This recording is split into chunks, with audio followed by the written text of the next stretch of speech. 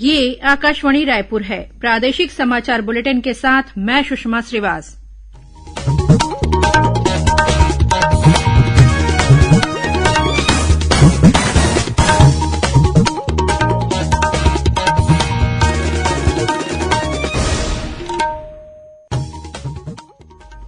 और अब पेश है आज के मुख्य समाचार। प्रदेश में होने वाले नगरीय निकाय चुनाव के लिए नाम वापस लेने का आज अंतिम दिन था। भिलाई नगर निगम में 119 उम्मीदवारों के नाम वापस लेने के बाद 318 प्रत्याशी चुनाव मैदान में। छत्तीसगढ़ में कोरोना वैक्सीन की दोनों खुराक लेने वालों की संख्या 1 करोड़ के पार। राष्ट्र आज भारत रत्न डॉक्टर भीमराव अंबेडकर के महापरिनिर्वाण दिवस पर उन्हें श्रद्धांजलि अर्पित कर रहा है। और प्रदेश में कल भी नमी की वजह से बादल छाए रहने की संभावना, न्यूनतम और अधिकतम तापमान में गिरावट होने के आसार।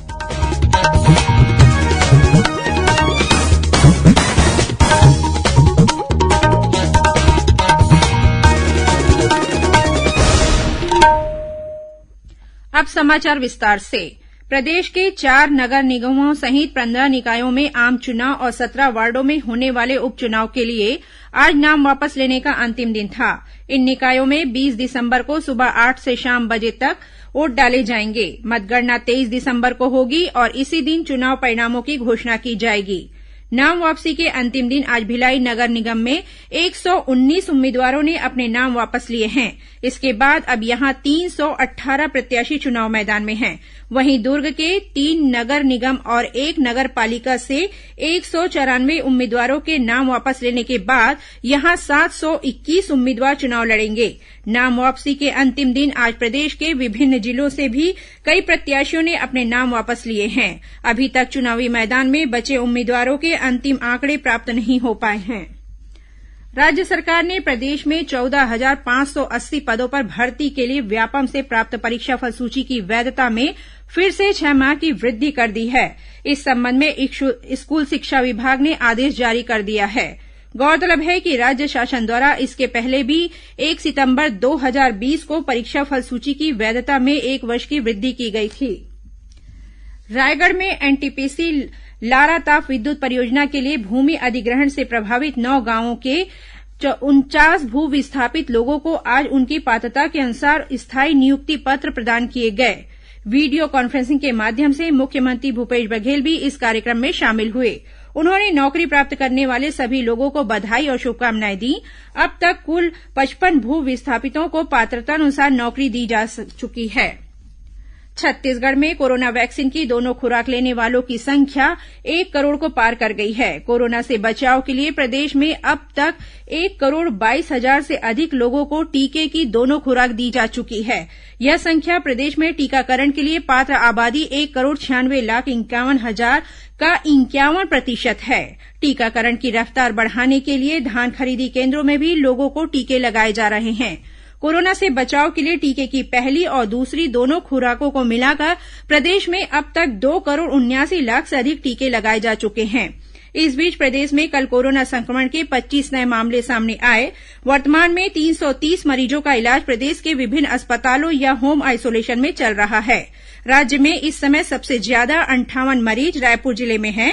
राज्य के 4 जिलों सूरजपुर, कोरिया, सुकमा और नारायणपुर में कोरोना संक्रमण का एक भी मरीज नहीं है। इधर राजनांदगांव कलेक्टर तारण प्रकाश सिन्हा ने कोरोना के नए वेरिएंट ओमिक्रॉन के मद्देनजर नागरिकों से सावधानी बरतने की अपील की है। उन्होंने खासतौर पर विदेश से आने वाले लोगों से कहा है कि वे अपनी ट्रैवल हिस्ट्री की जानकारी हर हाल में स्वास्थ्य विभाग को दें। उन्होंने कहा कि जानकारी नहीं देने वाले लोगों के खिलाफ सख्त कार्रवाई की जाएगी। राष्ट्र आज भारत रत्न डॉक्टर भीमराव अंबेडकर के महापरिनिर्वाण दिवस पर उन्हें श्रद्धांजलि अर्पित कर रहा है। राष्ट्र निर्माण में उनके योगदान के प्रति कृतज्ञता व्यक्त करने के लिए देश भर में कई कार्यक्रम आयोजित किए गए हैं। राष्ट्रपति रामनाथ कोविंद, उपराष्ट्रपति एम वेंकैया नायडू और प्रधानमंत्री नरेन्द्र मोदी ने भी आज नई दिल्ली में संसद भवन परिसर में बाबा साहेब को श्रद्धांजलि अर्पित की। इधर छत्तीसगढ़ में भी डॉक्टर अंबेडकर की पुण्यतिथि पर अनेक कार्यक्रम आयोजित किए जा रहे हैं। राज्यपाल अनुसुईया उइके ने आज राजभवन स्थित निवास में डॉक्टर अंबेडकर के छायाचित्र पर माल्यार्पण कर उन्हें श्रद्धासुमन अर्पित किए। इस मौके पर राज्यपाल ने कहा कि डॉक्टर अंबेडकर ने समाज के वंचित और कमजोर तबके के सशक्तिकरण में महत्वपूर्ण भूमिका निभाई है। वहीं मुख्यमंत्री भूपेश बघेल ने भी डॉक्टर अंबेडकर को नमन करते हुए कहा कि बाबा साहेब ने सामाजिक भेदभाव के विरुद्ध अभियान चलाया और सबके लिए समाज अधिकार, स्वतंत्रता और व्यवहार की वकालत की। उन्होंने भारतीय संविधान के निर्माण में अतुलनीय योगदान दिया है। इधर दक्षिण पूर्व मध्य रेलवे बिलासपुर के मुख्यालय सहित तीनों रेल मंडलों में डॉक्टर अंबेडकर की पुण्यतिथि पर उन्हें श्रद्धासुमन अर्पित किए गए। कार्यक्रम में मंडल रेल प्रबंधक श्याम सुंदर गुप्ता सहित अन्य अधिकारियों और कर्मचारियों ने बाबा साहेब के योगदान को याद करते हुए उन्हें श्रद्धांजलि दी। वहीं बिलासपुर स्थित साउथ ईस्टर्न कोल फील्ड्स लिमिटेड SECL के मुख्यालय में भी डॉक्टर अंबेडकर की पुण्यतिथि पर आज श्रद्धांजलि कार्यक्रम का आयोजन किया गया। कार्यक्रम में SECL के अध्यक्ष सह प्रबंध निदेशक AP पंडा, मुख्य सतर्कता अधिकारी BP शर्मा सहित अन्य वरिष्ठ अधिकारी मौजूद थे। प्रादेशिक समाचार आप आकाशवाणी रायपुर से सुन रहे हैं। छत्तीसगढ़ की खबरों से है आपका वास्ता और खबरों की विश्वसनीयता से है हमारा वास्ता। आकाशवाणी समाचार रायपुर के प्रादेशिक समाचार बुलेटिन के साथ ही हमारे समसामयिक कार्यक्रम आप रेडियो के अलावा अपने मोबाइल पर भी सुन सकते हैं। आकाशवाणी समाचार फेसबुक, ट्विटर और यूट्यूब पर भी उपलब्ध है। हमारा Facebook page Chhattisgarh news on AIR, Twitter handle CGAIR news और हमारा यूट्यूब चैनल है छत्तीसगढ़ AIR न्यूज। तो अब रेडियो के साथ ही आपके मोबाइल के जरिए भी हम पहुंच रहे हैं आप तक। छत्तीसगढ़ की हर खबर के लिए सुनते रहिए आकाशवाणी समाचार। और अब आगे बढ़ते हैं बाकी के समाचारों की ओर। श्रोताओं, आजादी के अमृत महोत्सव पर आकाशवाणी समाचार द्वारा राष्ट्रीय स्तर पर आयोजित की जा रही प्रश्नोत्तरी के तहत आज का प्रश्न है, 1932 में नोबेल शांति पुरस्कार के लिए नामित किए गए महान स्वतंत्रता सेनानी का क्या नाम है, जो काबुल में अस्थायी निर्वासित भारत सरकार के राष्ट्रपति भी थे। श्रोता अपने उत्तर व्हाट्सएप ऐप नंबर 8826546262 पर या ईमेल आईडी amritmahotsav@prasarbharati.gov.in पर भेज सकते हैं। इस प्रतियोगिता के लिए एक भाग्यशाली प्रतिभागी को विजेता चुना जाएगा और कल के समाचार प्रभात में उनके नाम की घोषणा की जाएगी। विजेता को ई प्रमाण पत्र और सांकेतिक पुरस्कार दिया जाएगा। भारत सरकार के ऊर्जा मंत्रालय ने देश में ऊर्जा संरक्षण को बढ़ावा देने के लिए राष्ट्रीय जागरूकता अभियान शुरू किया है। इसी कड़ी में विद्यार्थियों को ऊर्जा संरक्षण की आवश्यकता के बारे में जागरूक करने के लिए देशव्यापी चित्रकला प्रतियोगिता का आयोजन किया जा रहा है। यह प्रतियोगिता 2 चरणों में आयोजित की जा रही है।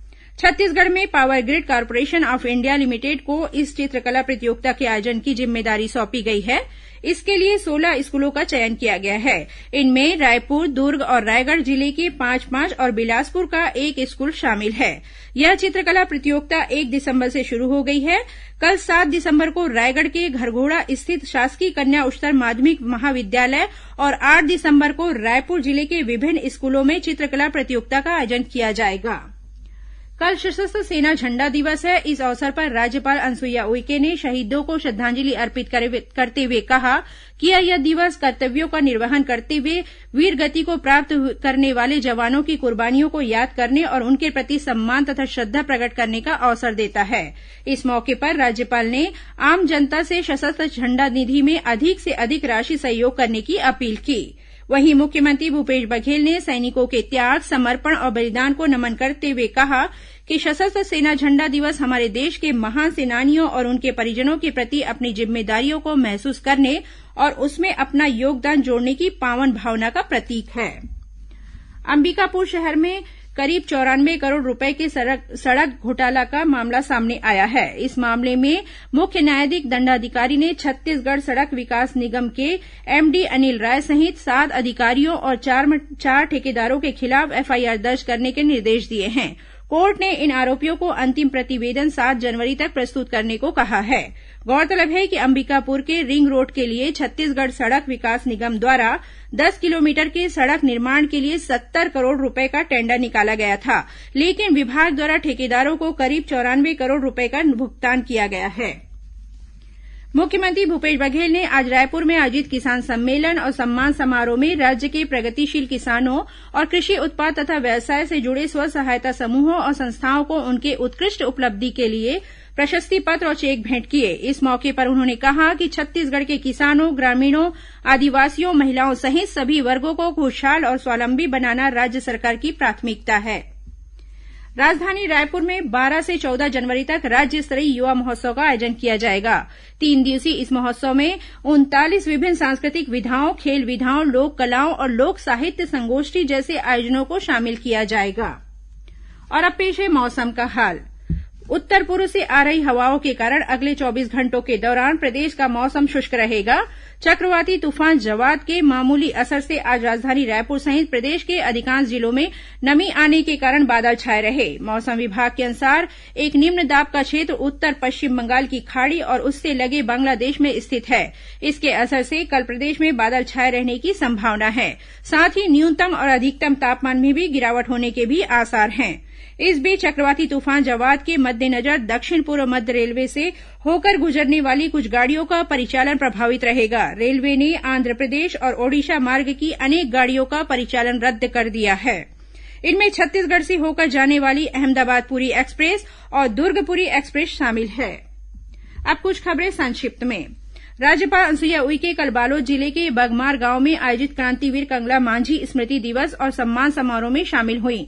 जिला रोजगार कार्यालय रायपुर में आज रोजगार मेले का आयोजन किया गया। इसके तहत लगभग 665 आवेदक विभिन्न पदों पर साक्षात्कार के लिए पहुंचे, जिनमें से 336 योग्य आवेदकों का चयन किया गया। सुकमा जिले में बीती रात हुई एक सड़क हादसे में सब इंस्पेक्टर सहित 3 पुलिसकर्मियों की मौत हो गई। यह घटना जिले के कोतवाली थाना क्षेत्र की है। रायपुर पुलिस ने एक चिटफंड कंपनी के डायरेक्टर को शहडोल से गिरफ्तार किया है। यह आरोपी वर्ष 2015 से फरार था। दुर्ग जिले में बीएसपी के सेवानिवृत्त कर्मी की शिकायत पर पुलिस ने नौकरी लगाने के नाम पर लाखों रुपए की ठगी करने वाले आरोपी के खिलाफ अपराध दर्ज कर लिया है। और कोरिया जिले के केल्हारी धान उपार्जन केंद्र में निरीक्षण के दौरान एसडीएम और एआरसीएस ने करीब 49 क्विंटल धान को अमानक और पुराना बताते हुए जब्त कर लिया है। अंत में मुख्य समाचार एक बार फिर। प्रदेश में होने वाले नगरीय निकाय चुनाव के लिए नाम वापस लेने का आज अंतिम दिन था। भिलाई नगर निगम में 119 उम्मीदवारों के नाम वापस लेने के बाद 318 प्रत्याशी चुनाव मैदान में। छत्तीसगढ़ में कोरोना वैक्सीन की दोनों खुराक लेने वालों की संख्या 1 करोड़ के पार। राष्ट्र आज भारत रत्न डॉक्टर भीमराव अंबेडकर के महापरिनिर्वाण दिवस पर उन्हें श्रद्धांजलि अर्पित कर रहा है। और प्रदेश में कल भी नमी की वजह से बादल छाए रहने की संभावना, न्यूनतम और अधिकतम तापमान में गिरावट होने के आसार। इसी के साथ प्रादेशिक समाचार बुलेटिन समाप्त हुआ। नमस्कार।